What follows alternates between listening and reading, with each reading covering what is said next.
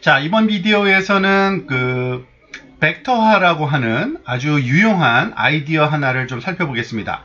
학습 알고리즘을 구현할 때 벡터화를 사용하면요, 코드가 더 짧아지고 또 훨씬 효율적으로 실행되게 할 수 있습니다.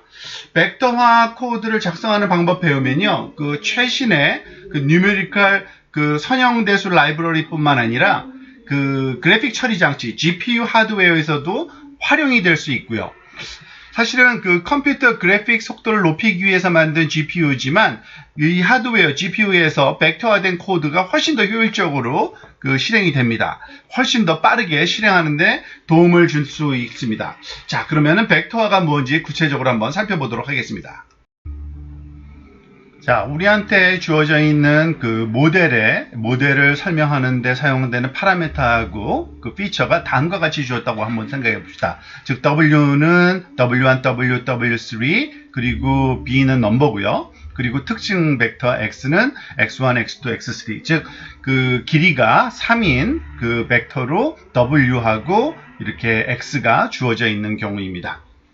자, 우리가 보통 이렇게 W1, 2, 3, X1, 2, 3 이렇게 1번부터 시작하는 이유는 보통 그냥 일반적인 선형 대수학에서는 첫 번째 엘리멘트를 첫 번째부터 1, 2, 3 이렇게 표현을 하기 때문에 그런 거고요.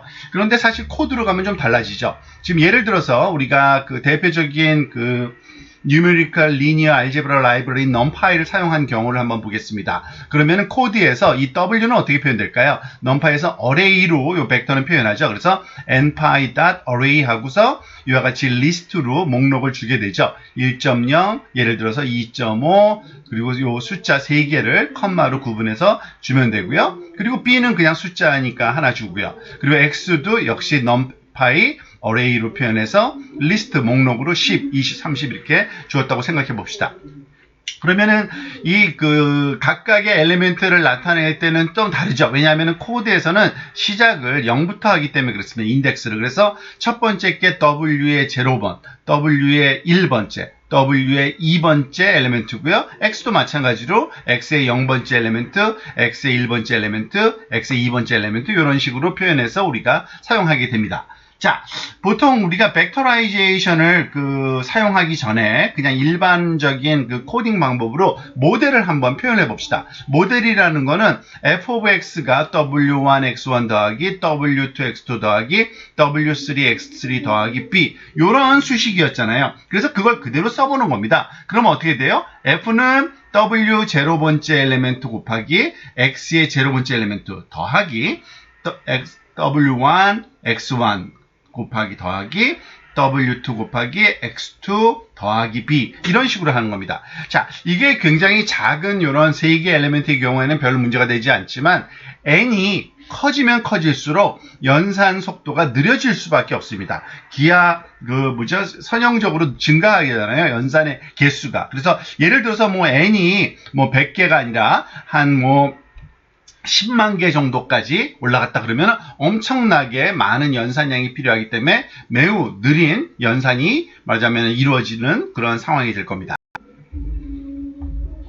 자, 벡터라이제이션에 가기에 앞서서 만약에 n이 굉장히 많다면 좀 더 효율적인 코딩 방법은 이 수식을 아마 코딩으로 임플리멘트하는 방법일 겁니다. 즉 f of x를 이제 일일이 항과 항의 덧셈이 아니라 썸메이션 기호를 쓰는 거죠. j는 1부터 n까지 wj 곱하기 xj를 다 더해주는 거고 더하기 b. 여기서 썸메이션 기호는 당연히 j가 1부터 시작해서 하나, 둘, 셋 해서 n까지 여기에 주어진 3개는 1, 2, 3에 해당되는 거겠죠. 자, 이거를 코딩을 하면은 어떻게 합니까? 보통 이럴 경우에는 루프 말하자면 코딩을 많이 합니다. 즉 일단은 결과물 우리가 아웃풋 f 변수를 0으로 놓고요. for loop를 쓰죠. j는 1부터 range 0부터 n까지.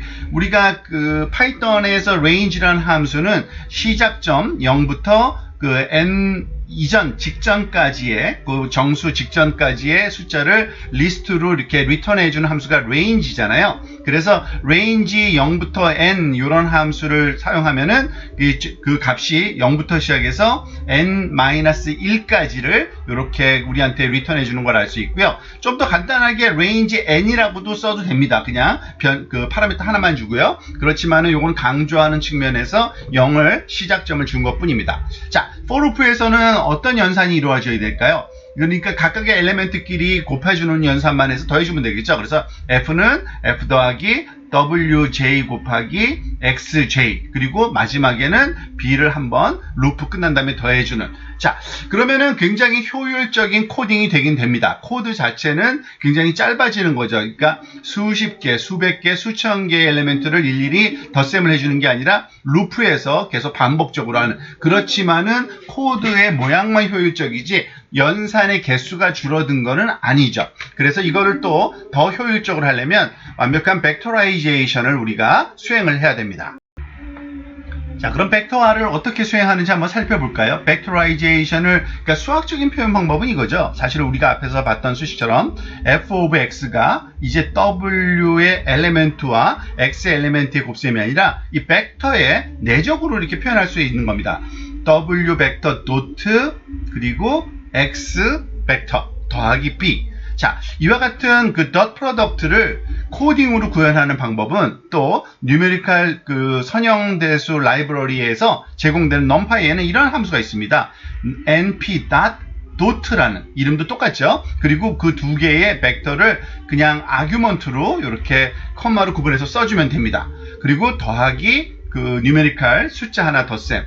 자, 이 한 줄이 답니다. 이게 굉장히 간단하죠. 그리고 이렇게 해주면은 좋은 점이 훨씬 더 앞에서 사용했던 그 엘리멘트별로 다 덧셈을 곱해주는 것과 for loop를 돌리는 것보다도 훨씬 빠른 연산 수행이 되고요. 사실 이와 같이 벡터라이제이션을 해줌으로써 두 가지 장점을 얻습니다. 이제 코드가 더 심플해지죠. 그죠?